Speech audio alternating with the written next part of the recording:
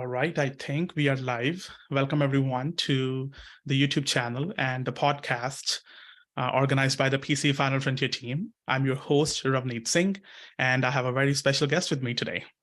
Hi, thank you for having me. All right, welcome to the podcast, Trineta. Let me introduce Trineta officially. All right, I have a few things written down so that I don't forget about it. Trineta comes from India. She got her bachelor's in physical therapy from India, and then she came to Canada on a student visa, right? She did her master's, and then she's doing some legendary work. She has 12 publications. Out of 12 publications, 11 publications are in Canada. That is amazing.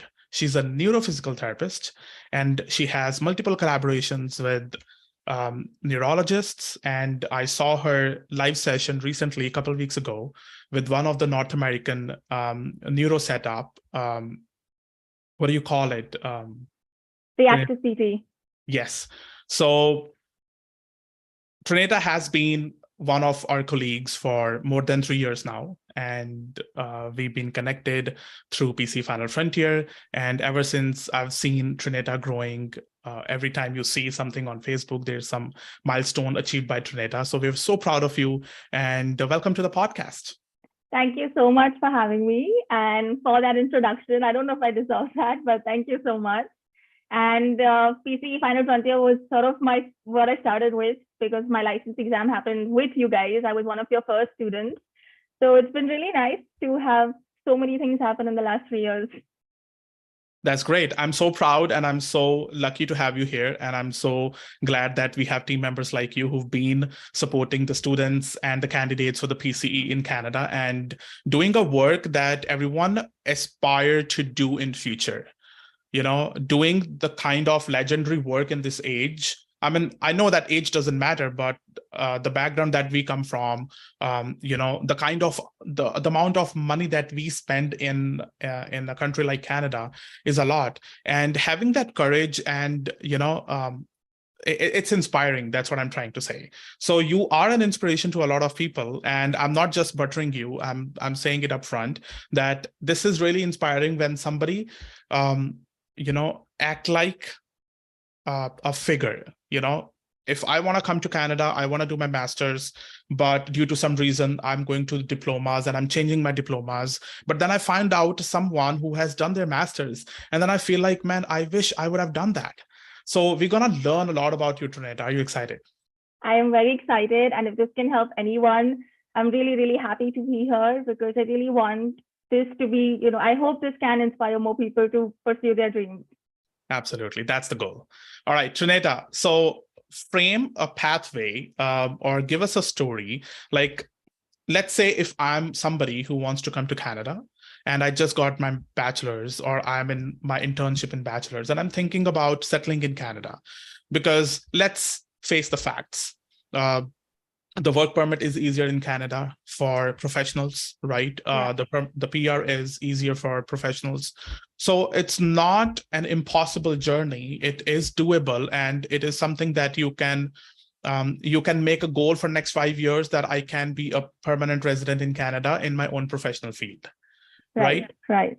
Give me the thought behind the whole process. Like, when you were preparing for your student visa, what kind of courses you were looking at, what kind of people you were connected with, what kind of finances that you were looking at. So give me a little bit of everything about the thought behind this journey. So when I was in India, actually at that time, Canada was not, at least in Bombay, was not like the go-to country for physios. So I didn't really know a lot of seniors or a lot of people before me who had gone to Canada for even a diploma or a master's, anything. Most people used to go to the US at that point, and that was sort of what I wanted to do as well. But the finances with the US are really high. Like, the programs are expensive. And then obviously at that point, there was a lot of instability happening with respect to whether we'll be getting H1, not getting H1. So those were things that used to overwhelm me. And I was like, I don't know if that's the path I will be able to pursue with the risk that it comes. financial risk primarily. And that about that time, it just so happened that, I connected with a few people who were working in Canada, and a few of them had done masters, one or two had done their bachelors. And I ended up connecting with them. And I was like, that I started learning more about what Canadian education offers. And I was really passionate about teaching even back in India. I wanted to explore whether doing a PhD was something I would like to do, because to be able to teach in North America, you have to have a PhD. So then the master's program that I did became a stepping stone for me to explore that, whether I want to pursue academia, whether I want to go that route. And when I got to know about this program, I was like, I think it's a good fit for me because I'll get experience to research, I'll get experience to whether this is what I want to do. Plus, it's coming into a country that offers a lot more stability. So if I didn't want to pursue that path, I could always work as a physio here.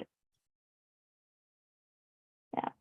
I'm just writing a few things for everyone to see what the thoughts were in case if they are missing you talking.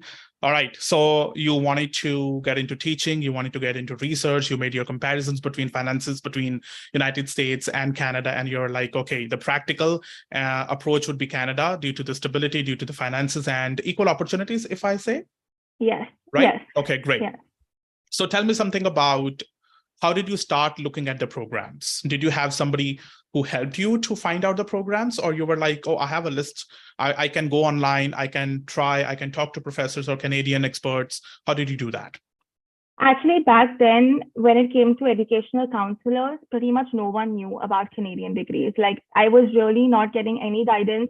I actually spent quite a lot of money on counselors, but got nothing out of it.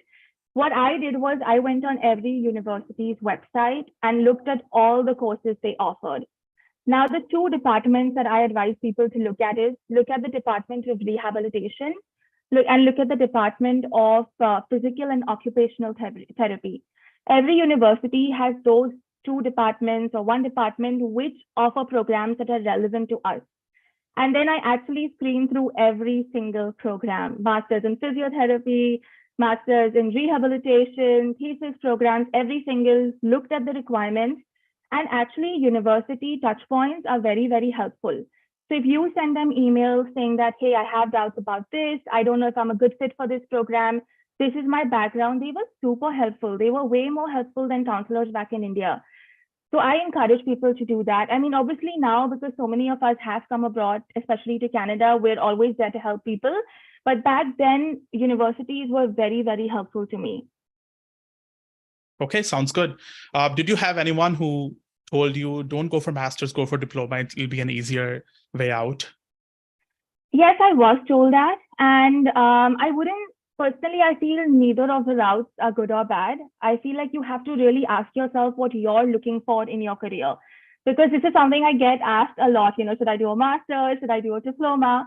Now, my choice or my reason of going for a master's, as I said, was to explore the academic route, whether that's something I see myself doing in the future. But if you're someone who wants to come to Canada, work as a physio here, get into clinical practice immediately, I think a diploma is a great option because it is shorter in time, it is lesser on finances, and it is a lot less intense than the master's. The master's in research program is extremely intensive here. So I would just say, ask yourself, what are my goals in the future? What do I want to pursue? And you can enter the country with what you think is a fit for you at that point. That is true. That is true. Tell me something about a fact. Anytime I want to talk to someone about the student visa in Canada, the first answer would be, oh, you know what? They don't have masters in Canada. But I'm here talking with you who have masters in Canada. Right. So what is that going on? Right. So one thing I think it's very important to clear here, because I've seen people do this mistake, is that there is this program called Masters in Physiotherapy in Canada. And a lot of people, obviously, naturally, we've done bachelor's. We think that's the next step if you want to go ahead in a career. But that program is an entry-level degree in Canada. It's the first degree that any Canadian student who wants to become a physical therapist does. So a lot of the content in that course is similar to our bachelor's because it's an entry-level degree. And I have had people apply to that program, wait 6-7 months, waiting to hear back, and got rejected because they were overqualified. because they're I like, hear you you. already have some of the coursework. Like this is going to be a conflict for our other students. Right. Having said that, if someone really wants to pursue that degree, then McGill and McMaster University do allow international students to pursue it. It's tough to get in, but if someone really wants to do it, Right. so that's how people do it. People do a master's in physiotherapy, which is their entry-level degree. And then after that, people work in the stream that they want and pursue residencies and fellowships. Okay. So there is no clinical specialization masters, at least in Canada. And I think that is sometimes a concern for people. But then again, if your goal is to come and work here, you can always work in the areas you want to work in, get licensed, start practicing, and then specialize more in the areas you want to. Right. You mean start taking certification courses? Certification courses, right? There are fellowship, There's a sports fellowship program that out here. There are orthopedic residencies. So you can start doing those things. That sounds very interesting. And I completely understand with the fact that you said people from our culture coming from India, they want to do things stepwise, bachelor's, master's, PhD kind of line. But I really love that you're breaking those stereotypes and you're bringing something new to the community. And it's always inspiring, as I said. But let's continue with some of the discussion between the diplomas and the degrees. If somebody wants to take a diploma in Canada, I've talked to a lot of people and they're like, I'm going to take PTA diploma. And I'm like, why? Right? You have a PT degree. Don't you think it's a threat to your visa? If you're downgrading your degree, why do you think the visa officer can give you? I mean, I'm not expert about the visa, but if you think logically, I don't think there's a logic behind doing a PTA, taking a PTA program from your country if you already have a PT degree. So what's your take on diploma courses? Like what areas people can choose for the diploma programs? Yeah, and I think you raised a very good point, because the person who's reading your file is going to want to know that why is this the next step in your career? That's and right. You have to put yourself in that position and think, okay, how do I justify that this is going to add value to my career? And there are diploma options that, you can justify that with. I know I have friends who've done diplomas in geriatrics, and then you can always say that, that is an area I'm passionate about, and that is something I want to learn more about. I've had people do diplomas in more exercise specific, like learning more about exercise and functional exercise and things like that, which is a good skill set to add as a physio, because the mindset here is that physio is more manual therapy and manual work. So you can always say that that is a lens I want to add to my practice, which is understanding functional exercises more or exercise physiology more. So I would say that there are a lot of those options now. And you should go in for something that you can justify as value as a skill set. Don't just make it, I want to enter Canada, so I'll do anything that I can take, because you also have to go through the visa process. Exactly. And there's a lot of money involved in that. There's a lot of mental energy involved in that. Like you don't want to regret your decisions later. If you really want to be a physiotherapist in Canada, then why don't you invest in something that's going to help you in future instead of going, if you're taking athletic program, right? If you're going to be a gym trainer, if you're not going to be a gym trainer, then don't take that program just for the sake. Well, I understand the need and the desperation of getting here and start working, but you also have to think about the long-term investments as well, because there are options available. Correct me if I'm wrong, Trin. You're 100% right. And this is something that's even raised in your interviews, right? When you're giving your job, the person's going to ask you that, why did you do this? What did you get out of that? I mean, it's not difficult to get a job here. Like, that's not what I'm saying. But these are questions that you have to be ready to answer at even different points in your life ahead. Yeah, completely agree. All right, now let's move on to some of your questions that people have always asked you about. So if you have a list, maybe you can start with those questions. But if you want me to, I can pull up a list of questions that I have come across. How do you want to go about that?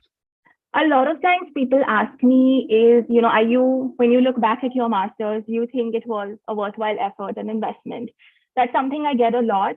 And as I said, that this is a very individual choice. And for me, when I look back at my master's, I still think it was a good choice, because I got exposure in a field that I wanted to get exposure in. I got exposure to academia and research, and I learned a lot about how to understand if a research paper in front of you is quality research or no. And as a clinician, that's an important decision to make because you're going to be using those principles in your practice. Exactly. So understanding evidence-based practice in more detail was something that this program gave me, and I'm really grateful for, even as a clinician. Second thing was it gave me exposure to teaching. I was a teaching assistant in McGill for 2 years, and that's an experience I value. It added another cap to my resume. I got the opportunity to present at conferences. So I think all those efforts have really helped me be shaped into the professional that I could be today. So I don't look back and be like, "Arey masters karne ki kya zarurat thi, diploma karke aa jate." I don't look at it like that because it added value to my life in different ways. So that's something I want to say. And another thing that this program, like I want people to know, is that in the master's you can get a lot of scholarships. Okay. So they're hard to get, but you can get a lot of scholarships as well if that's something that is important for your decision-making process. But eventually think of your long-term goal. 5 years down the line, where do I see myself? What do I want to do? And then make the master's versus diploma decision accordingly. That is great. And I think I agree with you on a lot of things here. Like, if you want to be in research, then why do you want to go into diploma? Right. If you want to practice as a general physiotherapist, maybe diploma is something that you can do, and there's nothing wrong in that. Okay, it's a great option, in fact. It is because you're gonna save a lot of money on that, right? Correct. And you can use that money on like certification courses. 100%. To build the specialty. So yeah, at least we know that it's not a end of the road where people want to do masters and they don't have any opportunities in Canada. At least it's a relief to know that it's completely possible. 100%. Right. And another question I get is it possible to enter with the residency and fellowship programs? Like, is it possible to come as a student? As an international student, no, you can't do that. Because for those programs, you need to already have a license here and you need to have some clinical practice in Canada. So, and plus the visa requirements of those do not match those programs because for the visa, it has to be a full-time program. It has to be a minimum duration. All of those don't fit with these programs then, because usually these are things people do along with working. Right. So you can't directly come, but it's always something you can pursue after you've come here. Right. Do you have any expenditure when you go into the fellowship programs? Yes, it is an expense. A lot of people, that's why I said people work and pay it off. There are scholarships in those programs also, which are hard to get. But yeah, that comes at an additional cost.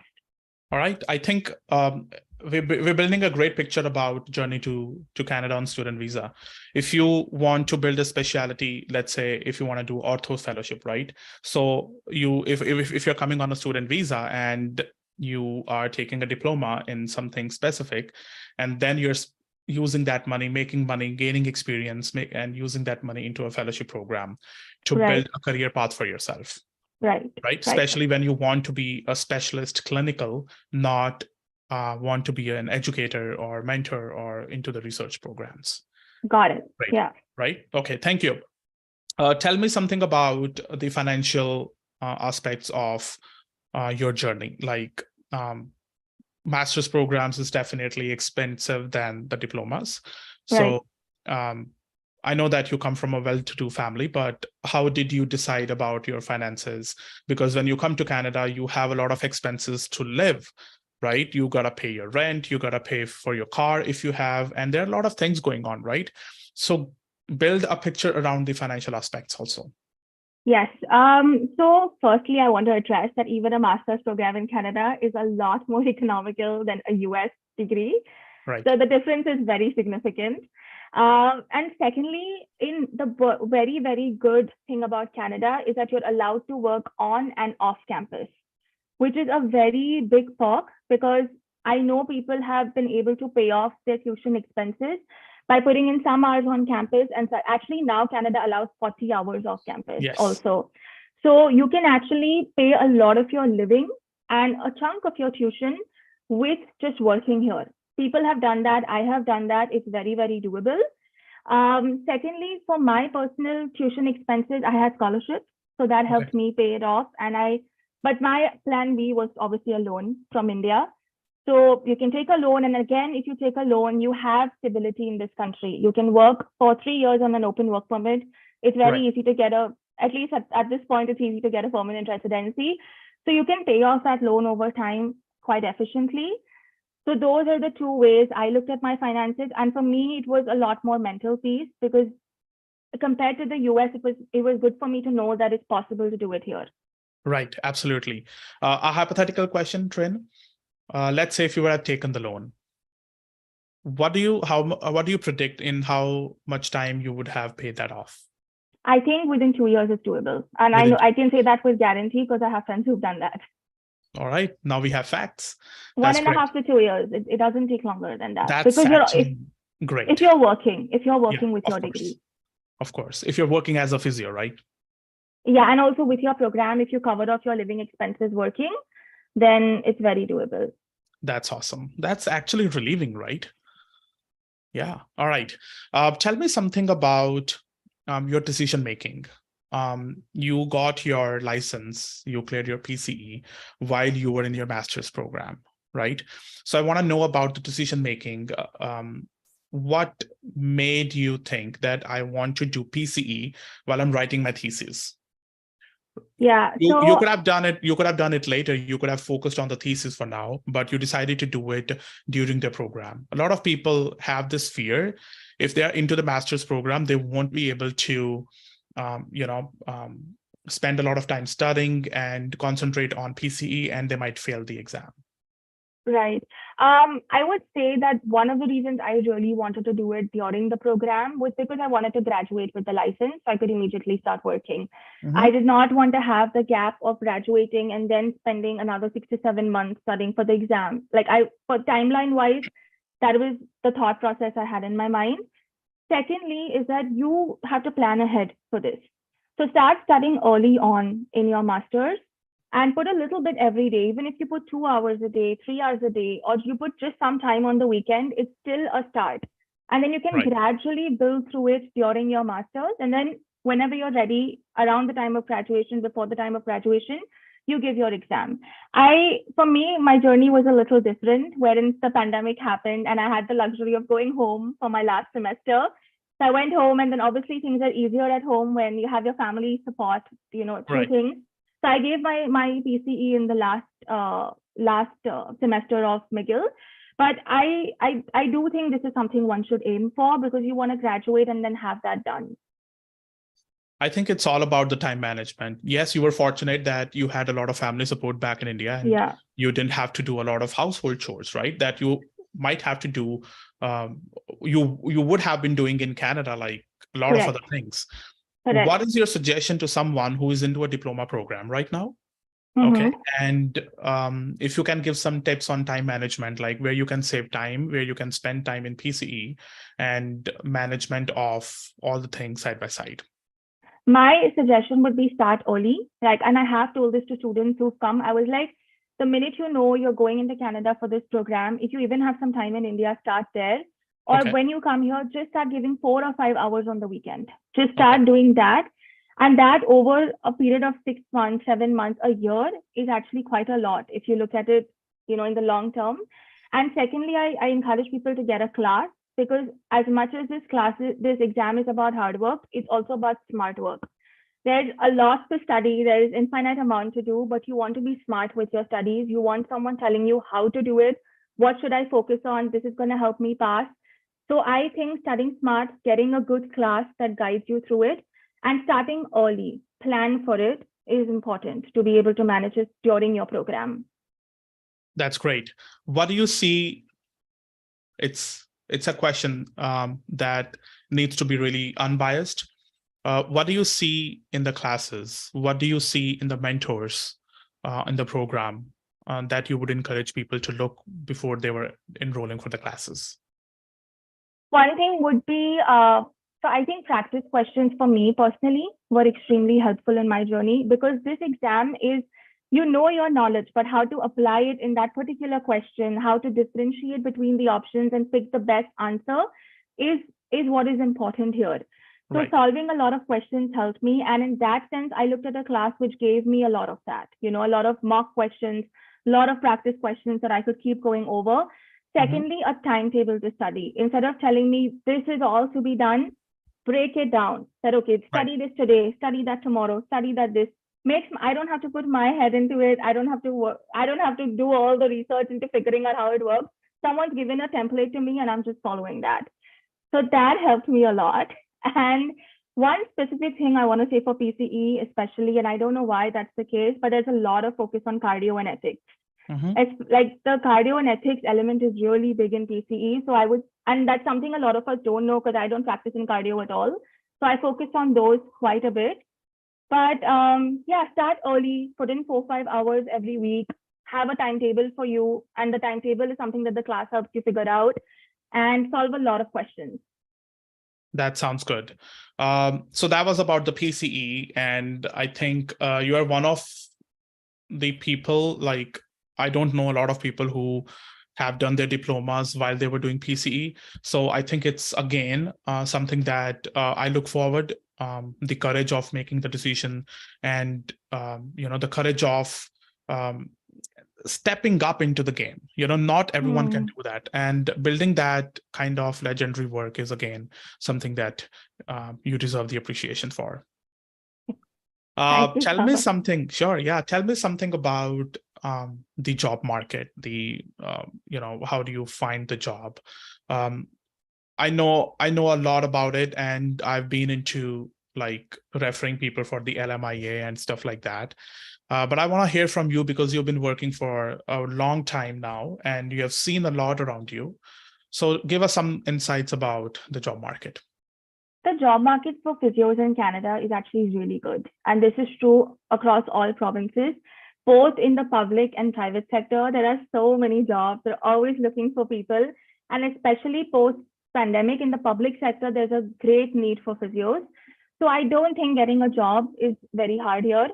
There is, if you want places to look at, I would say Indeed obviously is a really good place to find jobs. Another is whichever province you're going to work on has a physiotherapy association and they have job listings. So say I'm in British Columbia, then we have PABC, which is the Physiotherapy Association of British Columbia, and they have a job portal which poses a lot of jobs. You can also look at the public health networks. So in that province, whichever are the public health networks, a lot of jobs are there. I think as a start, I would actually tell people that public is a good place to start because you really understand the system, you get a hang of the system. I didn't start in public, but looking back, I feel like that would have been a good starting journey for me. But job-wise, it's not that hard. It's a lot of options for everyone. Everyone starts somewhere and then you work your way through what you want to go in. That sounds good. Let me give you some scenarios about the jobs. On one side, you have a privately owned clinic, and on the other side, it's a corporate buildings. Like they have a big network all across the coast and all across the country. Right. On one side, on the privately owned clinic, you have a specific population in that area, and on the other side, where you might have specialization. How do you make a decision? If I want to start with a private clinic, where I can get connected with, I mean, there are advantages and disadvantages of both, but how would you make a decision like which one to choose? I would make the decision. I would go for the privately owned clinic because you really get to build your own name there.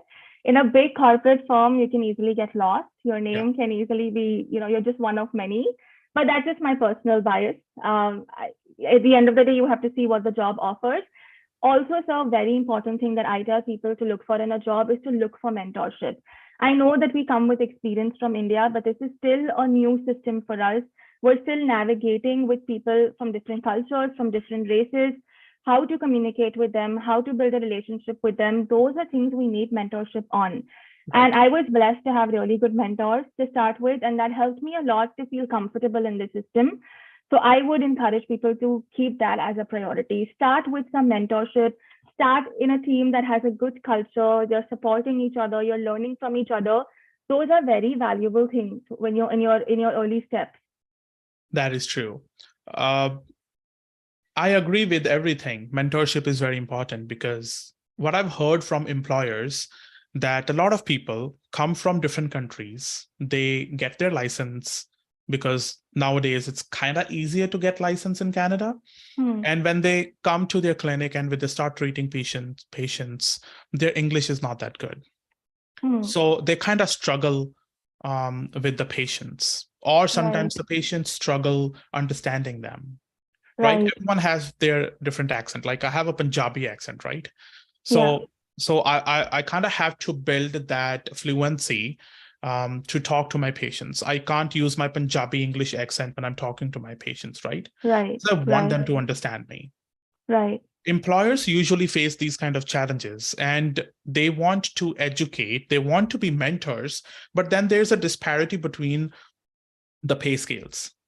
A Yeah. candidate, let's say, wants to make $42 an hour, where you are by yourself.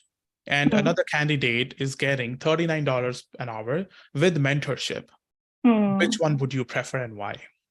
I have made this decision, so I can say this very easily, is that I chose the option where I was paid lesser, but I got mentorship, because I felt like in my early years of my career, I'm willing to make that compromise and willing to make an adjustment to my lifestyle to be able to start right. And one thing I want to say for your point of fluency, sir, is that my experience, I understand that, because even I have an Indian accent, and Right. when you have people from different cultures that come through, at the end of the day, a patient is wanting to see that the therapist in front of them is empathetic and cares about them and wants them to recover. And Yeah. that is where rapport building really plays a very big role for them to be able to see you outside of that, you know, which is why I think I really valued the mentorship I had, because it helped me ease into the system in this sense. Completely agree. Um, just to clarify, I don't want to get biased towards mentorship, and Yeah. I want to get biased towards taking a lesser price. What's your take on negotiations with the employers? I think you have And I want you to be very honest and bold, because this is a very important topic. Like when I hear things from employers, I can sense their frustration, because people are competing with each other. They don't look at the experience. Or sometimes, even if two candidates have the same experience, they are still fighting against, oh, why this person's getting more paid than I'm getting. So it's a lot of frustration within the employer mindset also. So tell me Yeah. something about the negotiation. So one thing that I made a mistake on here was that I used to undersell myself a lot. And that I realized after 6, 7 months of starting off that I shouldn't have started at that. I could have asked for more because I already had some experience and I came in with something. So I really undersold myself. And actually, in my first job, my first week, I didn't even negotiate. Like I was like, oh, you're giving me this, I'm happy with that. Right. That was a mistake I made. I feel like you have to understand what you bring to the table. And obviously, this comes in with a little bit of experience too. That if someone's already worked in India, I already have these certifications, I already have this practice, I have the technical skills for this position. So this is a market, and assess your market value, which province you're in, which city you're working in, talk to physios, get an understanding of what the rates look like, what the market value looks like, and then pitch yourself based on that. Right. I wish I assessed the market a little bit more before I just accepted what I got. But 6 months down the line, I had that conversation with my employer and I was like, hey, you know what? I have looked at what this market offers. I can easily go out and get another job because these are the skill sets I have. And also pitched on the utilization I had in those 6 months, that these were my billing hours. This is what I get to the table. So break it down like that. You have to convince them that if you are a valuable asset for this company, and if they don't keep you, it's more their loss than yours. Exactly. And but this is not something I knew early on. That's, yeah, of course, because you might not have such kind of people who could guide you about that, right? But now that we're talking about it, tell me something about negotiation a little bit more. Like when I hear from employers, one of their frustration is like, they're not polite. They're not polite. They're just saying, oh, I'm getting this much from there and you have to give me this. Like, you have to give me this? I don't think it's a good way to ask for your market value, right? And when the employers feels disrespected, they are like, why do I have to go for internationally trained physiotherapist? I can easily get a Canadian license, Canadian graduate, because there's cultural differences, of course. Yeah. Firstly, always approach with the mindset of meeting midway. That, this is what I think I deserve. Can we meet somewhere midway on this? Right. Because then that gives the employer also that, they also want to make sure that they're hiring someone good, and they want someone with that mindset even in the workplace, with other things in the workplace. So always open up to them that this is my thought process around it. This is how I've looked at it. And where can we meet midway somewhere around this, so we're both in a comfortable spot. Second thing is that don't judge a job only based on the price. I think that's important to know, because you're working with a team. The culture of that team is important. Sometimes there are, job places that have continuing education courses throughout the year, which help your growth as a clinician. Sometimes they give you a certain amount to be able to pursue continuing education. So you have to look at a job with all the perks that it offers and not just the rate. And I think that's a frustration I have seen with employers here as well, that people are only valuing the job on the salary, but that's not the nature of a job. Right, right. And I completely agree on that. A lot of times when you're job interviewing, you can ask questions like, what is the future growth in this position? Yeah. Right. So if you can project about, like, if you're a staff PT right now, do you have the ability to become the clinic manager, or do you have the ability to go even one more step higher the ladder? So you kind of have to predict everything, and you have to ask appropriate questions to the employer. And they should also be questioned about these things, because this is your right to ask. Right. So if you're looking at a growth, correct me if I'm wrong, you're not just looking at growth, how much money you're making. Exactly. Right? You're looking at a growth if you're building your name, because eventually if one of your goal is to build your own clinic, what value this clinic is bringing in your expertise? Are they teaching you about the billing? Are they teaching you about the marketing? Are they teaching you about how to build relationship with the doctors? Because once you're a clinic manager, you have all these duties. 100% agree. Right? And that's why you have to look at it as a whole package, not just the salary, and always have the mindset of meeting them midway and understanding from their lens as well. Yeah. And one thing I like to add in what you said, like about the dollar rate. Now, let's say if somebody got $40 and they're going to work 2 years in same position, and the other person who got $39 or $38, but they are going to be, one of their goal is to become a clinic manager. And if you're putting that work in, you can become a clinic manager in about 1 year, if I'm not wrong. Correct. Because it's doable, right? I've seen people like getting into partnerships within 6 months as well. Right. So think about it. If you want to take training from someone to run a clinic, how much that'll cost, and how much you gave up, $2 an hour, and multiply it with 6 months or 1 year and see how much you're losing. It's not a big amount of money that you lose. And I don't really want to call it a loss, because it's an investment. Instead of instead of bringing something out of your pocket, you're basically taking $2 less, but the value that it brings to your resume and your professional life can change everything in about a couple more years.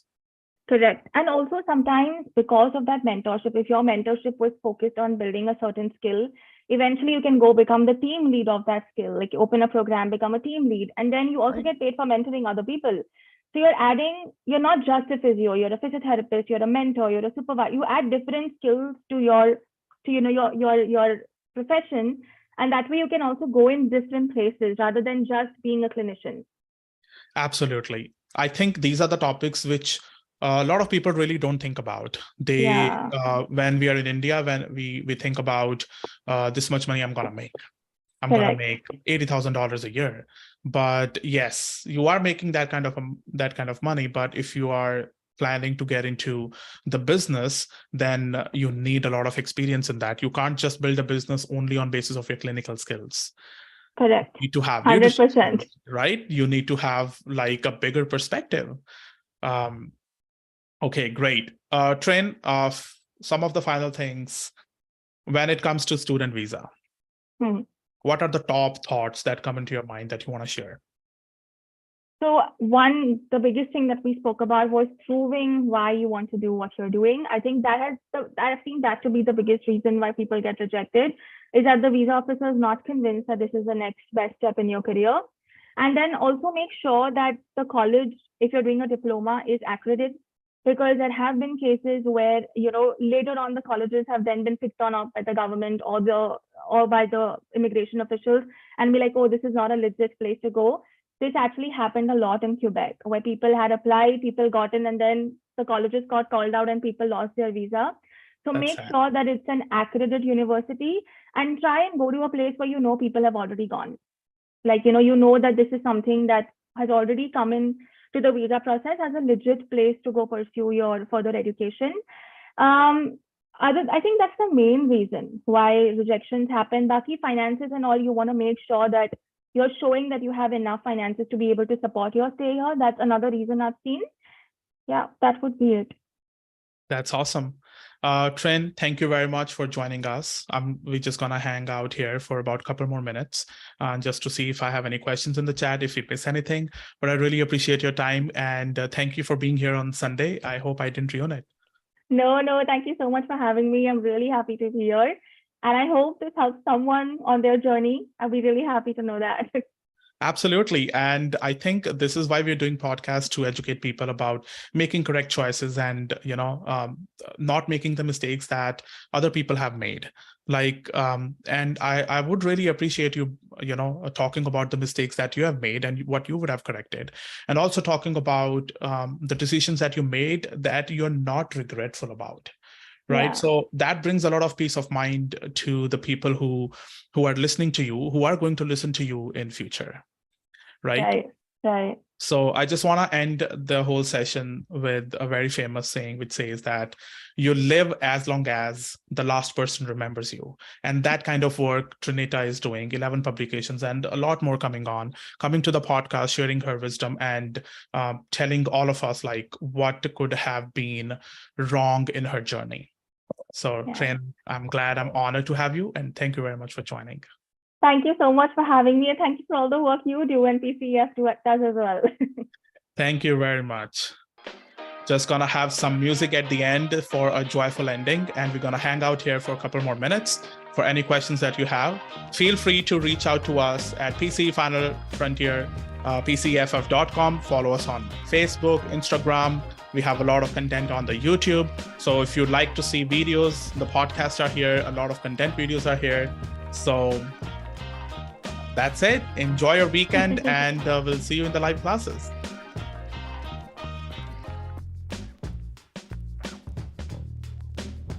So what you gonna do during the rest of your day? I am just chilling today. Gonna cook, gonna clean. All right. Typical Sunday. Typical Sunday. There you go. Hey, we gotta talk about this sometime in podcast. Like, what's the life in Canada about, right?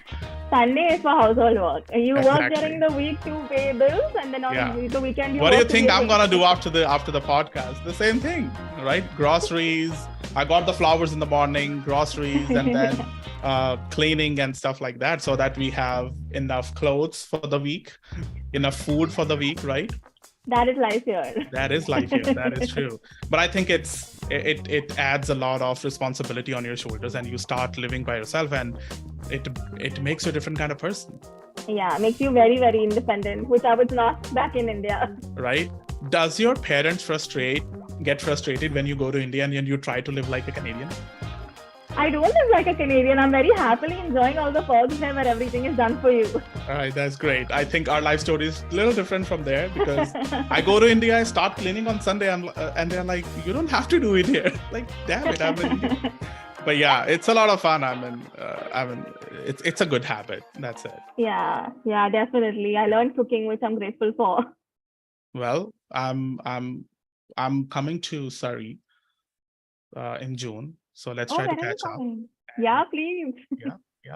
All right, Trin, thank you very much for joining in. I'm going to end the stream, and keep inspiring, be the person you are, and be the legend in Canada. All right. Thank you, sir. All right. Bye-bye. Bye.